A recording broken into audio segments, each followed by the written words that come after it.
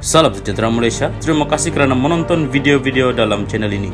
Sebelum kita mula, jangan lupa untuk tekan tombol subscribe, share, like dan komen. Let's go! Salam sejahtera dan salam perpaduan berita panas dan seterusnya dipetik daripada Sinar Harian bertajuk Tular Surat Laporan Siasatan Hakim Muhammad Nazlan. Berita penuh.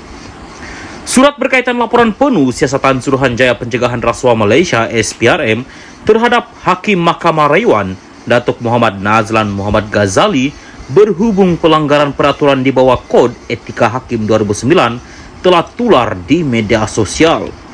Surat dipercayai daripada Ketua Pesuruhjaya SPRM Tan Sri Azam Baki kepada Ketua Hakim Negara Tun Tengku Maimun Tuan Mat itu bertarik pada 20 Februari lalu. Laporan itu telah diterima Tengku Maimun sebelum semakan sabitan dan hukuman terhadap Datuk Seri Najib Tun Razak dalam kes rasuah SRC International berjumlah RM42 juta Jumaat lalu.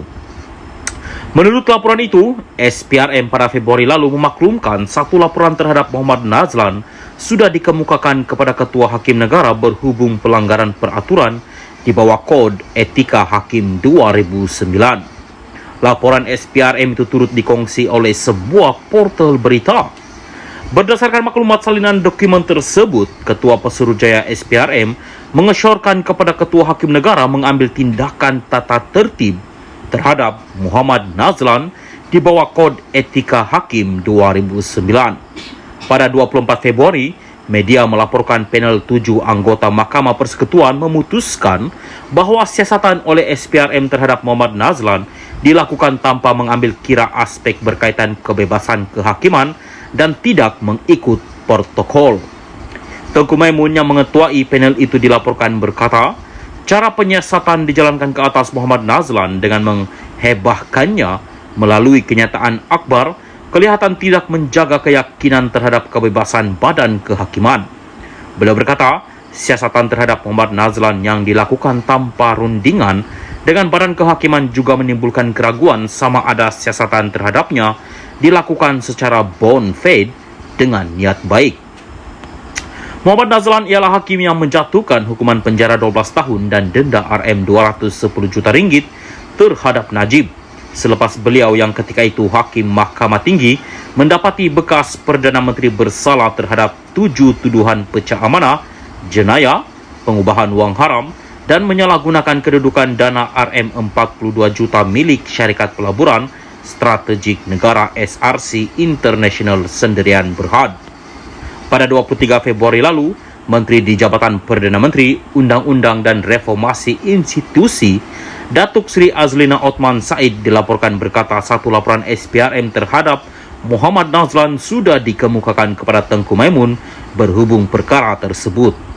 SPRM sebelum ini dilapor membuka kertas siasatan terhadap Muhammad Nazlan susulan laporan polis menafikan tuduhan dibuat penulis blog Raja Petra Kamarudin mengenai dakwaan ada sejumlah wang yang tidak dapat ditentukan punca dalam akaunnya. Pada 29 September tahun lalu, SPRM mengesahkan sudah menyelesaikan kertas siasatan terhadap Muhammad Nazlan dan hanya menunggu arahan yang akan diberikan pejabat peguam negara untuk tindakan selanjutnya.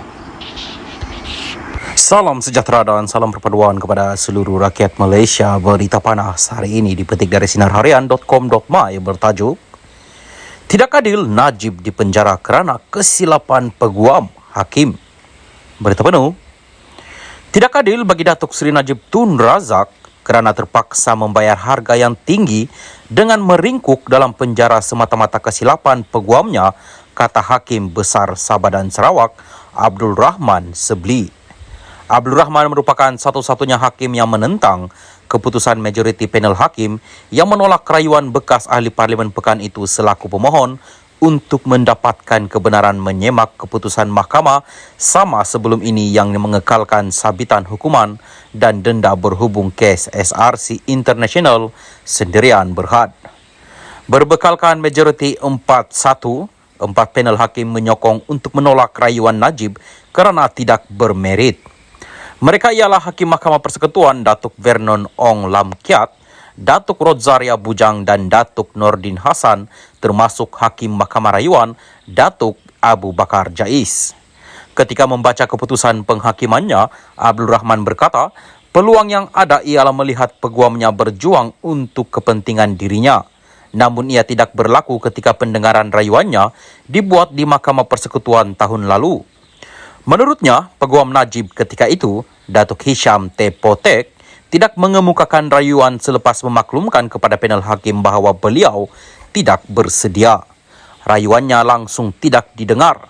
Pemohon berada dalam keadaan kurang bernasib baik, sekaligus menyebabkan satu pihak sahaja yang mengemukakan permohonan di hadapan panel terdahulu, iaitu Timbalan Pendakwa Raya selaku responden.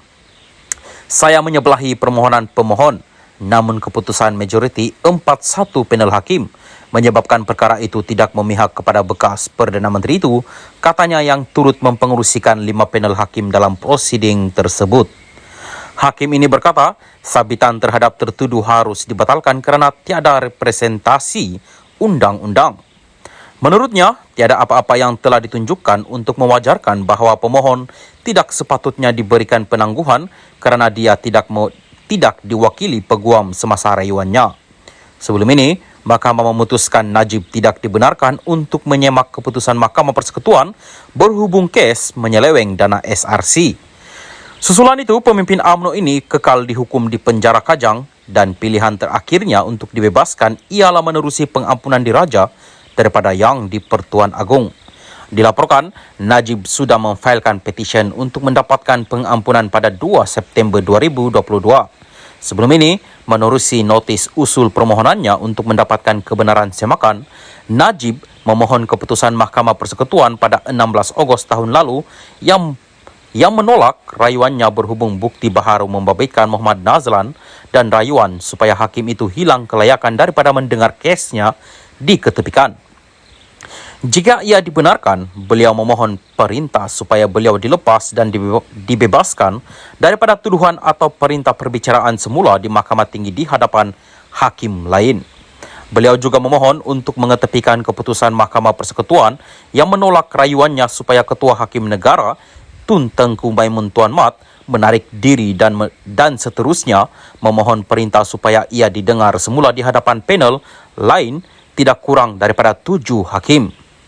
Bekas Presiden UMNO ini turut memohon kebenaran untuk menyemak dan mengetepikan keputusan Mahkamah Persekutuan yang menolak rayuan akhirnya. Jika dibenarkan, Najib memohon dilepas dan dibebaskan atau secara alternatif, rayuan akhir terbabit didengar semula panel lain. Pada masa sama, beliau memohon Mahkamah membenarkan penggantungan pelaksanaan sabitan dan hukuman sementara menunggu permohonan semakan itu didengar dan diputuskan. Yang terakhir, beliau memohon untuk dibenarkan menyemak keputusan Mahkamah Persekutuan menolak permohonannya untuk menangguhkan rayuan akhir. Dalam affidavit, beliau percaya dan dinasihatkan oleh peguam caranya bahawa keputusan Mahkamah Persekutuan boleh disimak mengikut Peraturan 137 Kaedah-Kaedah Mahkamah Persekutuan 1995. Dalam prosiding ini, Timbalan Pendakwa Raya Datuk V. Sitham Baram berada di pihak pendakwaan, manakala Najib selaku pemohon diwakili peguam Tan Sri Muhammad Syafiee Abdullah. Pada 22 Julai 2020, Mahkamah Tinggi di sini mendapati Najib bersalah terhadap 7 pertuduhan pecah amanah, menyalahgunakan kedudukan dan pengubahan wang haram dana SRC. Najib dijatuhi hukuman penjara 10 tahun bagi setiap 3 kes pecah amanah dan masing-masing 3 kes pengubahan wang haram, manakala penjara 12 tahun dan didenda RM210 juta ringgit jika tidak dipenjara 5 tahun bagi 1 kes penyalahgunaan kedudukan. Bagaimanapun, Najib hanya perlu menjalani hukuman penjara 12 tahun selepas hakim memerintahkan hukuman itu berjalan serentak. Sabitan dan hukuman terhadap Najib kemudian dikekalkan oleh Mahkamah Rayuan dan Mahkamah Persekutuan. Najib yang kini berusia 70 tahun sedang menjalani hukuman penjara 12 tahun di penjara Kajang selepas gagal dalam rayuan terakhirnya di Mahkamah Persekutuan untuk mengetepikan sabitan hukuman dan denda pada 23 Ogos tahun lalu. Najib masih berdepan 3 lagi kes mahkamah termasuk penyelewengan RM2.3 bilion dana 1MDB yang kini di peringkat perbicaraan dengan pendakwaan telah memanggil seramai 44 saksi. 2 lagi kes ialah pecah amanah jenayah berjumlah RM6.6 bilion berhubung pembayaran kepada International Petroleum Investment Company IPIC dan pengubahan wang haram membabitkan dana SRC International sebanyak RM27 juta ringgit yang masing-masing masih di peringkat pengurusan kes.